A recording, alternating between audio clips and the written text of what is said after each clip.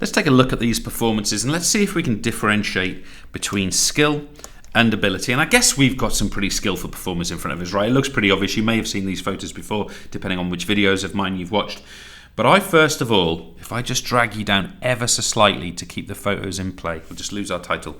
I want to differentiate between skill and I want to differentiate between that and ability. And I wonder if I can make, I'll write the definitions and I wonder if I can make some kind of comparative statements for you. So what is skill? I'm going to put quote marks in here. Skill is a learned characteristic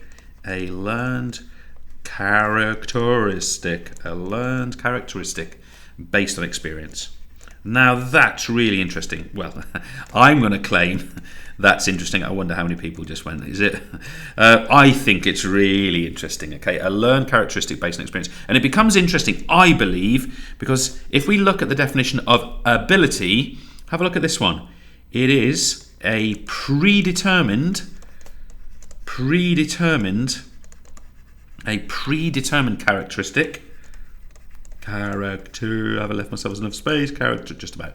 Predetermined characteristic based on innate. Let me try and do that better. Based on innate characteristics. Okay, so let's just step back from that a second. We are saying that skill is learned through experiences. We are saying that ability is innate, you're born with it or not. So I just wonder then whether you can start using this word and this word in different contexts. Because what we're saying here is that with ability, we are born with this. This could be something like a predetermined torso strength. Or it could be predetermined lower back flexibility, for example. But we are saying you can learn skills based on the experiences you have. So with that in mind, what I would like to do, and I would say, guys, before we move on, I would say that ability does help to underpin skills. Of course, the higher one's physiological abilities are, perhaps the higher the potential for skill is. But I think it's also worth saying here that nobody is precluded from this notion, right? Everybody can be skillful, okay? So, some people maybe genetically, if we use that term cautiously, genetically, maybe they have a certain predetermination, but consistency, learning, working hard, listening, being coached, they're going to lead to dramatic improvements in people's performances. Now, what I want to do to finish this one off is I want to talk about the factors. We've said that basically skills are learned, right? So I want to talk about the factors affecting the variation in skill. So let's assume, let's imagine we're talking about skills that we would need in something like volleyball, for example. Let's imagine you're a brilliant volleyball player, and as I actually am, I'm deeply mediocre at it. Like, I can hit a ball if I have to, but I'm not going to be jumping high and smashing, spiking it down for points. I'm going to be doing my best and trying to hang in there with everyone else, right? So what is it that's going to make you more skillful than me in, say, this experience? Well, it could be to do with age and maturity. Now, once upon a time, I was a relatively young, fit man, and now deep into my 40s, there's probably age factors working against me. But I think it's also fair to say that people develop more skill as they get older, generally, right? So therefore, maturity can help with skills being developed because we can have more experiences. What about something like culture? Okay.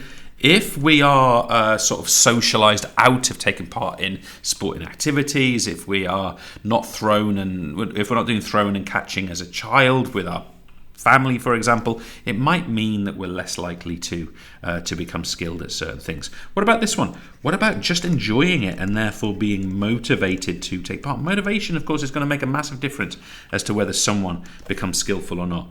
What about this one? We're arguing that some people get really anxious.